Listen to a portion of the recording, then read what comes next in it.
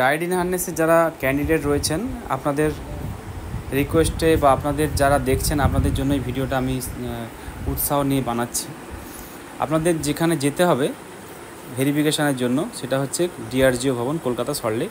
এখানে আপনাদের কয়েকটা জিনিস বলে রাখি ভিডিওটা বানানোর আগে। আপনারা কিন্তু মেন্টাল প্রিপারেশান নিয়ে যাবেন যে আপনারা ভেরিফিকেশানের জন্য যাচ্ছেন, কারণ অ্যাপয়েন্টমেন্টটা যদি পান খুবই ভালো, যেটা আমি খুব চাচ্ছি মন থেকে আপনারা পেয়ে যান অ্যাপয়েন্টমেন্ট।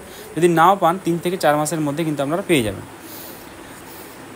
এটা আমার কিন্তু প্রিভিয়াস এক্সপিরিয়েন্স থেকে বলছি, ঠিক আছে? এটা নিয়ে আপনারা কিন্তু বেশি আলোচনা করবেন না।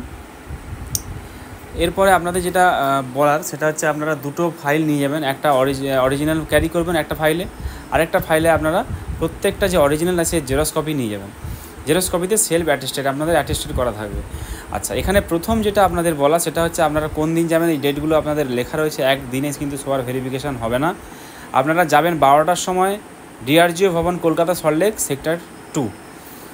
আপনাদের প্রথম যেটা অবশ্যই নিয়ে যেতে হবে, যেটা আগে আমাদের যারা অ্যাপয়েন্টমেন্ট অলরেডি পেয়ে জয়েন করেছেন, আপনাদের ক্ষেত্রে ছিল না। আপনাদের জয়েন করার পরে এই পুলিশ ভেরিফিকেশানটা জমা করতে হতো 15 দিনের মধ্যে। এখানে কিন্তু আপনাদের প্রথমেই ভেরিফিকেশানের সময় জমা দিতে হচ্ছে 3টে কপি। আপনারা পুলিশ ভেরিফিকেশান রিপোর্ট নিয়ে যাবেন। ওখানে সইটা করা থাকবে, আপনারা দেখে নেবেন ফার্স্ট ক্লাস গেজেটেড অফিসারকে দিয়ে, ঠিক আছে? বিডিও, এসডিও, ডিএম এনাদেরকে দিয়ে আপনারা অ্যাটেস্টেডটা করাবেন। এখানে আপনাদের যে কোয়ালিফিকেশান লিখতে হবে ওর মধ্যে আমি একটু আলোচনা করে নিচ্ছি। সেখানে কিন্তু আপনারা যারা গ্রুপ ডি আছেন আপনারা 8 পাস বা এমপি দেখাবেন ম্যাক্সিমাম, এর বেশি দেখাতে যাবেন না। যারা ক্লার্ক আছেন আপনারা এমপি বা এইচএস, আর যারা গ্রুপ ডি আছেন তারা 8 অথবা মাধ্যমিক। এর বেশি যদি দেখাতে যান আপনাদের কিন্তু পুলিশ ভেরিফিকেশানের সময় ম্যাক্সিমাম কোয়ালিফিকেশানের ডকুমেন্টসগুলো দেখাতে হবে, যেটা আপনাদের পরবর্তীকালে লাগবে না, ঠিক আছে? তো সেই জন্য আলোচনা করে নিলাম। এরপরে যেটা নিয়ে যেতে হবে রেকমেন্ডেশান লেটার।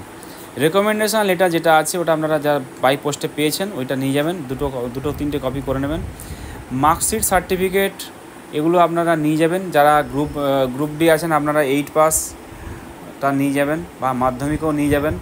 যারা ক্লার্ক আছেন আপনারা মাধ্যমিক পাস, এইচএস এগুলো নিয়ে যাবেন, সার্টিফিকেট, মার্কশিট। কারণ এইটা যদিও এইচএম লেখা আছে কিন্তু আপনাদের ক্ষেত্রে 19 নম্বরে কিন্তু এটা আলোচনা করা আছে।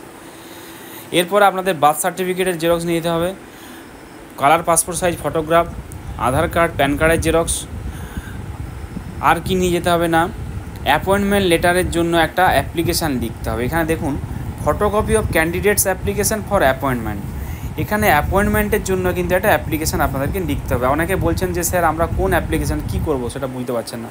মেদিনীপুর থেকে মানে আপনাদের ডিস্ট্রিক্ট থেকে যেটা দেওয়া হয়েছিল ওটা আপনার নামটা নমিনেট করা হয়েছিল, সেটা কিন্তু নয়।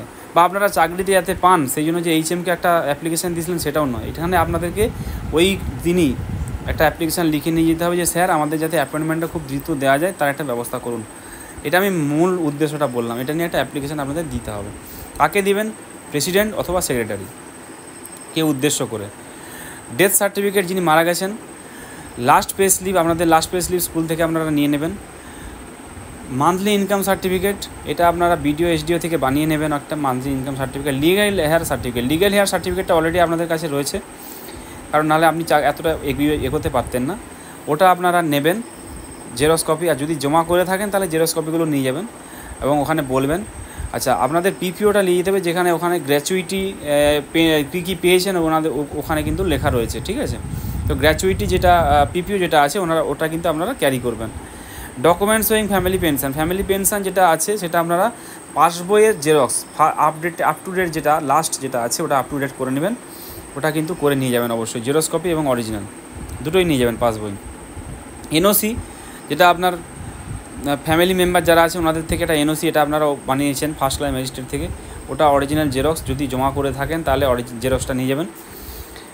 তো এইগুলো আপনাদের কিন্তু লাগবে। পিপিওটা এখানে লেখা রয়েছে, আমি অলরেডি আলোচনা করে নিয়েছি, ঠিক আছে? তো যেগুলো বললাম এগুলো কিন্তু আপনারা অবশ্যই ক্যারি করবেন।